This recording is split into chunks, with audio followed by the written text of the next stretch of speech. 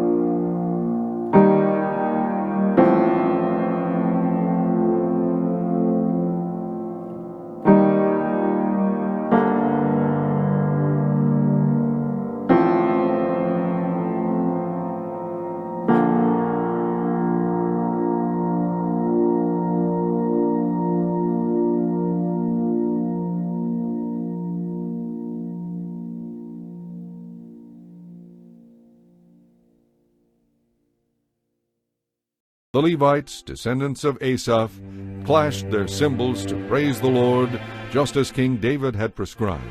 With praise and thanks they sang this song to the Lord. He is so good. His faithful love for Israel endures forever. Then all the people gave a great shout, praising the Lord, because the foundation of the Lord's temple had been laid. Many of the older priests, Levites, and other leaders remembered the first temple, and they wept aloud when they saw the new temple's foundation. The others, however, were shouting for joy. The joyful shouting and weeping mingled together in a loud commotion that could be heard far in the distance. Chapter 4.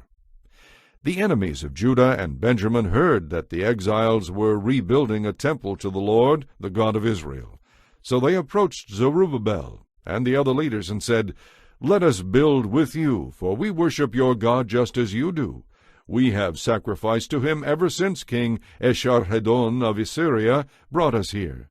But Zerubbabel, Jeshua, and the other leaders of Israel replied, "You may have no part in this work, for we have nothing in common.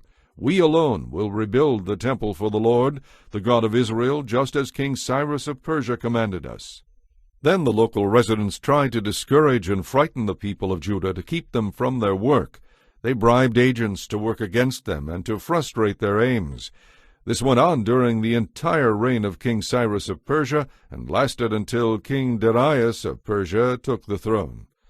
Years later, when Xerxes began his reign, the enemies of Judah wrote him a letter of accusation against the people of Judah and Jerusalem. And even later, during the reign of King Artaxerxes of Persia, the enemies of Judah, led by Bishlam, Mithredath, and Tabeel, sent a letter to Artaxerxes in the Aramaic language, and it was translated for the king. Rehum the governor and Shimshai the court secretary wrote the letter, telling King Artaxerxes about the situation in Jerusalem. They greeted the king for all their colleagues, the judges and local leaders, the people of Tarpel, the Persians, the Babylonians, and the people of Erech and Susa, that is Elam. They also sent greetings from the rest of the people whom the great and noble Ashurbanipal had deported and relocated in Samaria and throughout the neighboring lands of the province west of the Euphrates River. This is a copy of the letter they sent him. To Artaxerxes, from your loyal subjects in the province west of the Euphrates River.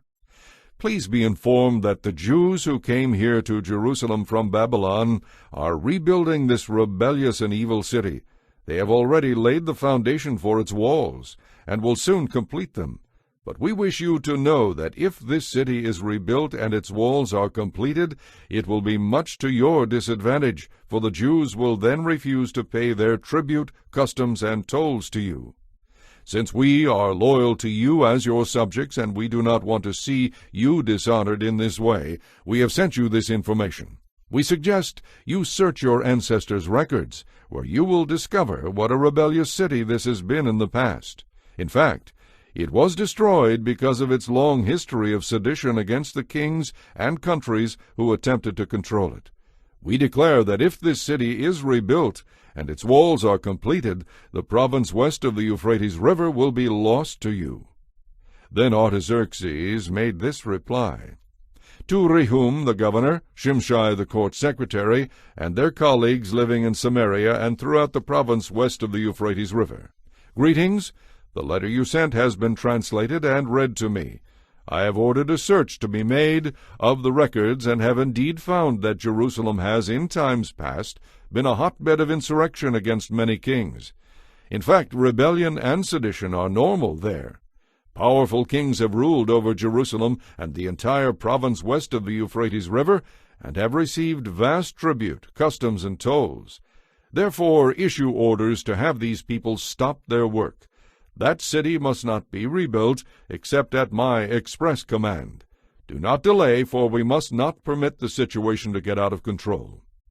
When this letter from King Artaxerxes was read to Rehum, Shimshai, and their colleagues, they hurried to Jerusalem and forced the Jews to stop building. The work on the temple of God in Jerusalem had stopped, and it remained at a standstill until the 2nd year of the reign of King Darius of Persia. Chapter 5.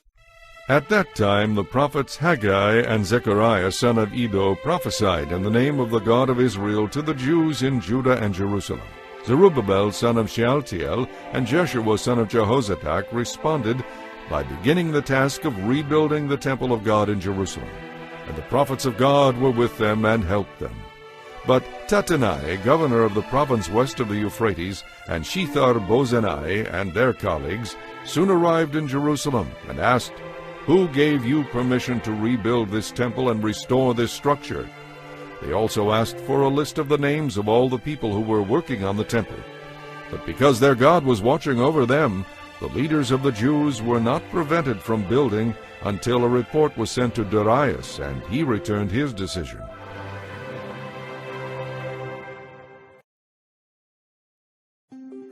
This is the letter that Tattenai, the governor, Shethar-bozenai, and the other officials of the province west of the Euphrates River sent to King Darius. Greetings to King Darius. We wish to inform you that we went to the construction site of the temple of the great God in the province of Judah.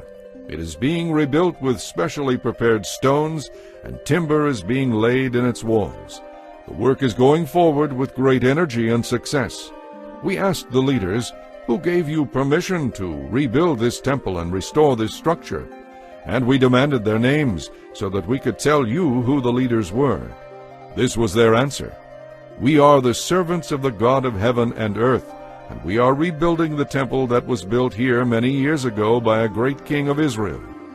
But because our ancestors angered the God of heaven, he abandoned them to King Nebuchadnezzar of Babylon, who destroyed this temple and exiled the people to Babylonia.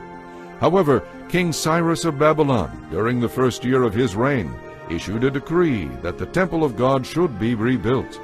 King Cyrus returned the gold and silver utensils that Nebuchadnezzar had taken from the temple of God in Jerusalem and had placed in the temple of Babylon.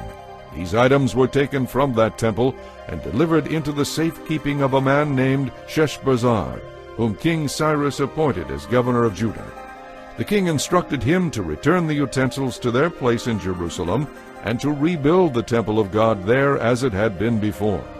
So this Sheshbazzar came and laid the foundations of the temple of God in Jerusalem. The people have been working on it ever since, though it is not yet completed. So now, if it pleases the king, we request that you search in the royal archives of Babylon to discover whether King Cyrus ever issued a decree to rebuild God's temple in Jerusalem, and then let the king send us his decision in this matter." Chapter 6. So King Darius issued orders that a search be made in the Babylonian archives, where treasures were stored. But it was at the fortress of Ecbatana, in the province of Media, that a scroll was found. This is what it said: Memorandum: in the first year of King Cyrus's reign, a decree was sent out concerning the temple of God at Jerusalem. It must be rebuilt on the site where Jews used to offer their sacrifices, retaining the original foundations. Its height will be 90 feet, and its width will be 90 feet. Every 3 layers of specially prepared stones will be topped by a layer of timber. All expenses will be paid by the royal treasury. And the gold and silver utensils which were taken to Babylon by Nebuchadnezzar from the temple of God in Jerusalem will be taken back to Jerusalem and put into God's temple as they were before. So King Darius sent this message: to Tattenai, governor of the provinces west of the Euphrates River, to Shethar-bozenai, and to your colleagues and other officials west of the Euphrates. Stay away from there. Do not disturb the construction of the temple of God. Let it be rebuilt on its former site, and do not hinder the governor of Judah and the leaders of the Jews in their work. Moreover, I hereby decree that you are to help these leaders of the Jews as they rebuild this temple of God. You must pay the full construction costs without delay from my taxes collected in your province, so that the work will not be discontinued. Give the priests in Jerusalem whatever is needed in the way of young bulls, rams, and lambs for the burnt offerings presented to the God of heaven. And without fail, provide them with the wheat, salt, wine, and olive oil that they need each day. Then they will be able to offer acceptable sacrifices to the God of heaven and pray for me and my sons. Those who violate this decree in any way will have a beam pulled from their house. Then they will be tied to it and flogged, and their house will be reduced to a pile of rubble. May the God who has chosen the city of Jerusalem as the place to honor his name destroy any king or nation that violates this command and destroys this temple. I, Darius, have issued this decree. Let it be obeyed with all diligence. Tattenai, governor of the province west of the Euphrates River, and Shethar-Bozenai and their colleagues complied at once with the command of King Darius. So the Jewish leaders continued their work, and they were greatly encouraged by the preaching of the prophets Haggai and Zechariah son of Iddo.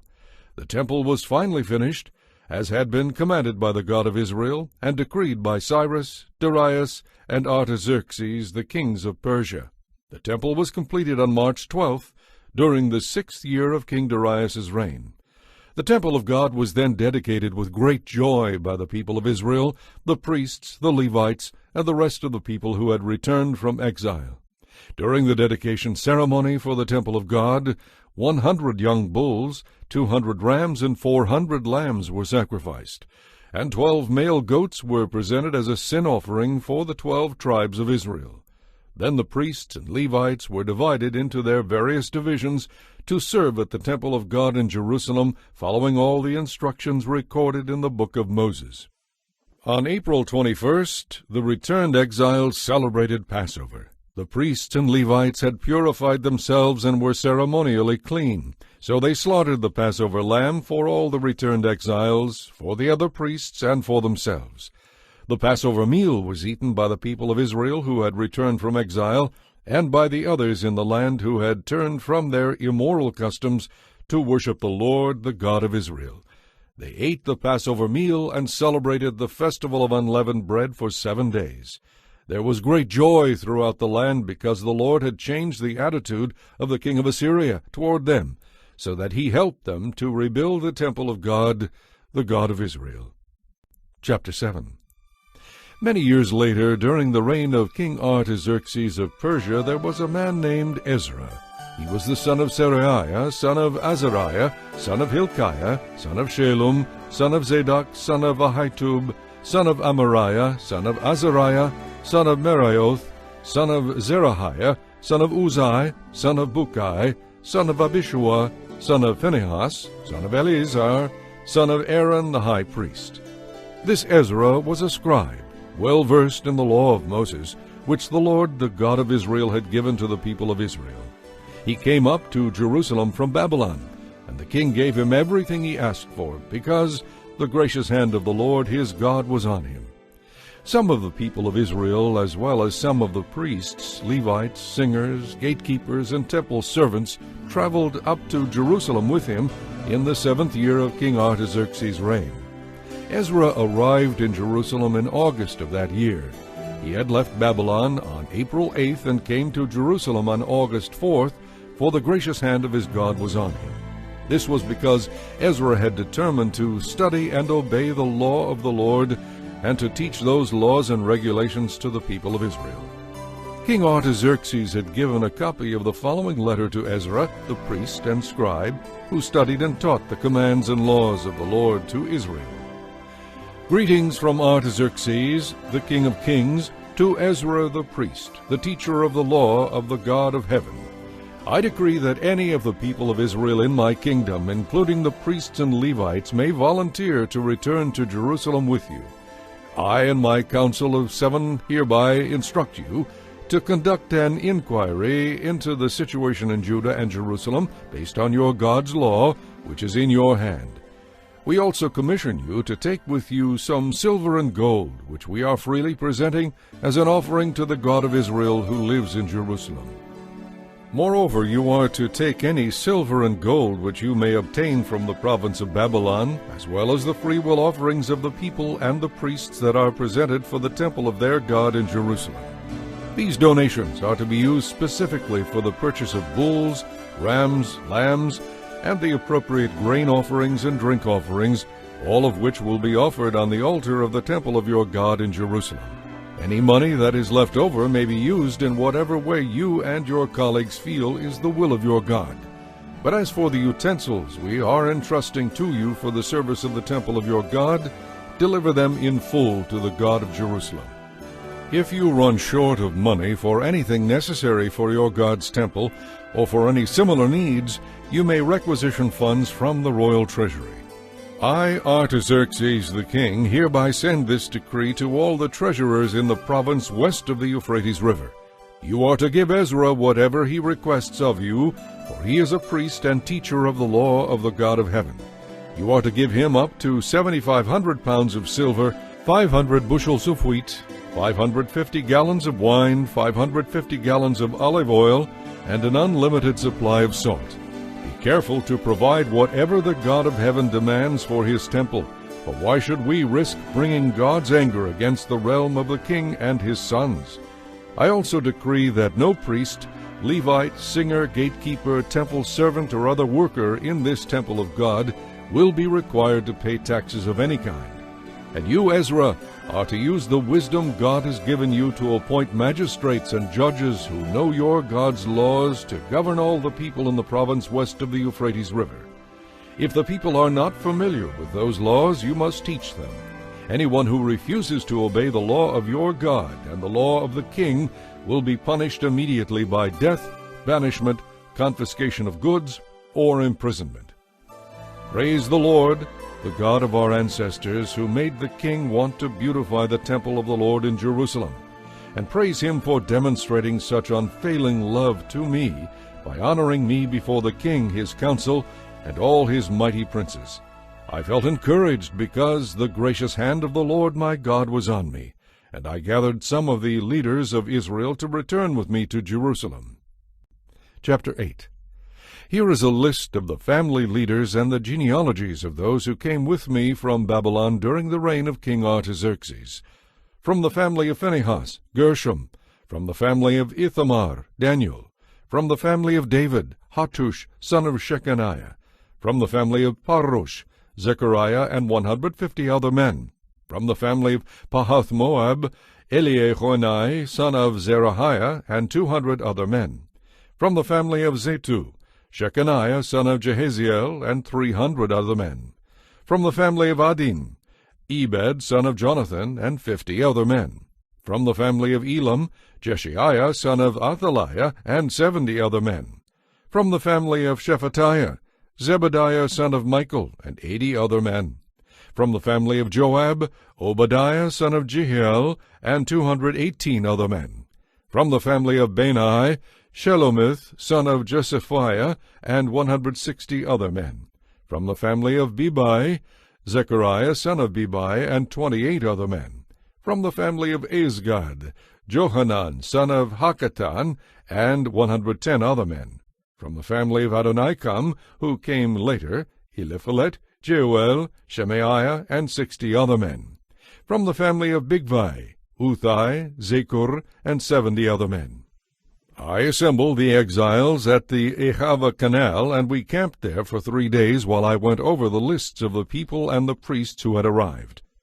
I found that not one Levite had volunteered to come along, so I sent for Eleazar, Ariel, Shemaiah, Elnathan, Jerib, Elnathan, Nathan, Zechariah, and Meshullam, who were leaders of the people. I also sent for Joarib and Elnathan, who were very wise men. I sent them to Iddo, the leader of the Levites at Casaphia, to ask him and his relatives and the temple servants to send us ministers for the temple of God at Jerusalem. Since the gracious hand of our God was on us, they sent us a man named Sherebiah, along with 18 of his sons and brothers. He was a very astute man and a descendant of Malai, who was a descendant of Levi, son of Israel. They also sent Hashabiah, together with Jeshiah, from the descendants of Merari, and 20 of his sons and brothers, and 220 temple servants. The temple servants were assistants to the Levites, a group of temple workers first instituted by King David. They were all listed by name. And there, by the Ahava Canal, I gave orders for all of us to fast and humble ourselves before our God. We prayed that he would give us a safe journey and protect us, our children, and our goods as we traveled. For I was ashamed to ask the king for soldiers and horsemen to accompany us and protect us from enemies along the way. After all, we had told the king, "Our God protects all those who worship him," but his fierce anger rages against those who abandon him. So we fasted and earnestly prayed that our God would take care of us, and he heard our prayer. I appointed 12 leaders of the priests, Sherebiah, Hashabiah, and 10 other priests, to be in charge of transporting the silver, the gold bowls, and the other items that the king, his council, his leaders, and the people of Israel had presented for the temple of God. I weighed the treasure as I gave it to them, and found the totals to be as follows: 24 tons of silver, 7,500 pounds of silver utensils, 7,500 pounds of gold, 20 gold bowls, equal in value to 1,000 gold coins, 2 fine articles of polished bronze, as precious as gold. And I said to these priests, You and these treasures have been set apart as holy to the Lord. This silver and gold is a free will offering to the Lord, the God of our ancestors. Guard these treasures well until you present them, without an ounce lost, to the leading priests, the Levites, and the leaders of Israel at the storerooms of the Lord's temple in Jerusalem. So the priests and the Levites accepted the task of transporting these treasures to the temple of our God in Jerusalem. We broke camp at the Ahava Canal on April 19th and started off to Jerusalem. And the gracious hand of our God protected us and saved us from enemies and bandits along the way. So at last we arrived safely in Jerusalem, where we rested for 3 days. On the 4th day after our arrival, the silver, gold, and other valuables were weighed at the temple of our God and entrusted to Meremoth, son of Uriah the priest, and to Eleazar, son of Phinehas, along with Jozabad, son of Jeshua, and Noadiah, son of Binnui, both of whom were Levites. Everything was accounted for by number and weight, and the total weight was officially recorded. Then the exiles who had returned from captivity sacrificed burnt offerings to the God of Israel. They presented 12 oxen for the people of Israel, as well as 96 rams and 77 lambs. They also offered 12 goats as a sin offering. All this was given as a burnt offering to the Lord. The king's decrees were delivered to his lieutenants and the governors of the province west of the Euphrates River, who then cooperated by supporting the people and the temple of God. Chapter 9. But then the Jewish leaders came to me and said, Many of the people of Israel, and even some of the priests and Levites, have not kept themselves separate from the other peoples living in the land. They have taken up the detestable practices of the Canaanites, Hittites, Perizzites, Jebusites, Ammonites, Moabites, Egyptians, and Amorites. For the men of Israel have married women from these people, and have taken them as wives for their sons. So the holy race has become polluted by these mixed marriages. To make matters worse, the officials and leaders are some of the worst offenders. When I heard this, I tore my clothing, pulled hair from my head and beard, and sat down utterly shocked. Then all who trembled at the words of the God of Israel came and sat with me because of this unfaithfulness of his people. And I sat there utterly appalled until the time of the evening sacrifice. At the time of the sacrifice, I stood up from where I had sat in mourning with my clothes torn. I fell to my knees, lifted my hands to the Lord my God. I prayed, O my God, I am utterly ashamed. I blush to lift up my face to you, for our sins are piled higher than our heads, and our guilt has reached to the heavens. Our whole history has been one of great sin. That is why we and our kings and our priests have been at the mercy of the pagan kings of the land. We have been killed, captured, robbed, and disgraced, just as we are today. But now we have been given a brief moment of grace, for the Lord our God has allowed a few of us to survive as a remnant. He has given us security in this holy place. Our God has brightened our eyes and granted us some relief from our slavery. For we were slaves, but in his unfailing love our God did not abandon us in our slavery. Instead, he caused the kings of Persia to treat us favorably. He revived us so that we were able to rebuild the temple of our God and repair its ruins. He has given us a protective wall in Judah and Jerusalem. And now, O our God, what can we say after all this? For once again we have ignored your commands. Your servants, the prophets, warned us that the land we would possess was totally defiled by the detestable practices of the people living there. From one end to the other, the land is filled with corruption. You told us not to let our daughters marry their sons, not to let our sons marry their daughters, and not to help those nations in any way.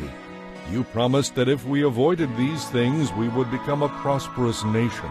You promised that we would enjoy the good produce of the land and leave this prosperity to our children as an inheritance forever.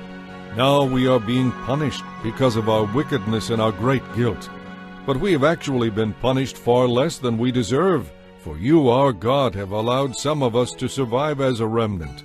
But now we are again breaking your commands and intermarrying with people who do these detestable things. Surely your anger will destroy us until even this little remnant no longer survives. O Lord, God of Israel, you are just. We stand before you in our guilt as nothing but an escaped remnant, though in such a condition none of us can stand in your presence. Chapter 10. While Ezra prayed and made this confession, weeping and throwing himself to the ground in front of the temple of God, a large crowd of people from Israel, men, women, and children, gathered and wept bitterly with him.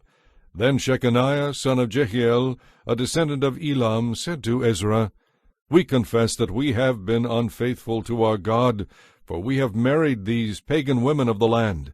But there is hope for Israel in spite of this. Let us now make a covenant with our God, to divorce our pagan wives, and to send them away with their children. We will follow the advice given by you and by the others who respect the commands of our God. We will obey the law of God.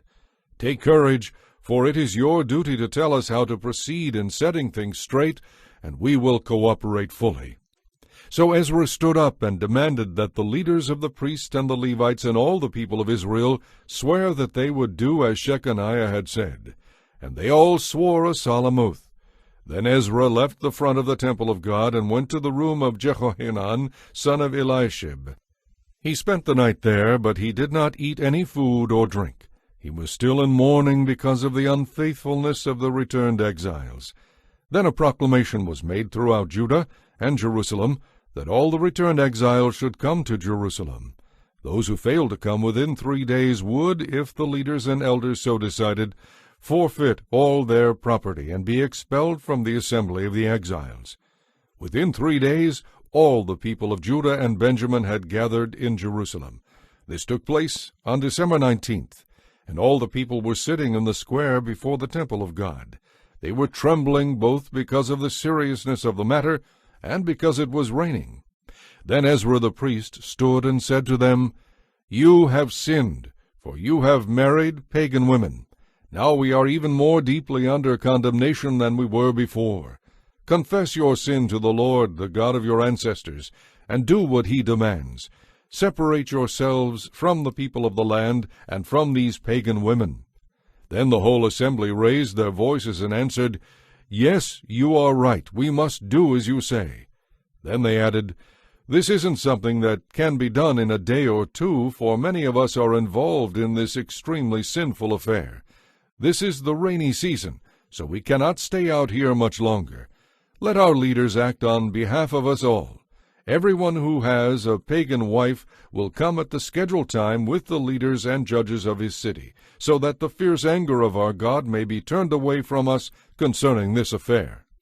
Only Jonathan, son of Asahel, and Jahaziah, son of Tikvah, opposed this course of action, and Meshullam and Shabbathai the Levite supported them. So this was the plan that they followed. Ezra selected leaders to represent their families, designating each of the representatives by name. On December 29th, the leaders sat down to investigate the matter. By March 27th of the next year, they had finished dealing with all the men who had married pagan wives. These are the priests who had married pagan wives. From the family of Jeshua son of Jehozadak and his brothers Maaseiah, Eleazar, Jerib, and Gedaliah, they vowed to divorce their wives, and they each acknowledged their guilt by offering a ram as a guilt offering. From the family of Immer, Hanani and Zebediah. From the family of Harim, Maaseiah, Elijah, Shemaiah, Jehiel, and Uzziah. From the family of Pashur, Eloenai, Maaseiah, Ishmael, Nethanel, Jozabad, and Elisah. These are the Levites who were guilty: Jozabad, Shimei, Keleiah, also called Kelita, Pethahiah, Judah, and Eleazar. This is the singer who was guilty, Eliashib. These are the gatekeepers who were guilty, Shalom, Telem, and Uri. These are the other people of Israel who were guilty. From the family of Perush, Remiah, Isaiah, Malchijah, Mijamin, Eleazar, Hashabiah, and Benaiah. From the family of Elam, Mattaniah, Zechariah, Jehiel, Abdai, Jeremoth, and Elijah. From the family of Zatu, Eluanai, Eliashib, Mattaniah, Jeremoth, Zabad, and Aziza. From the family of Bebai, Jehohanan, Hananiah, Zabai, and Athlai.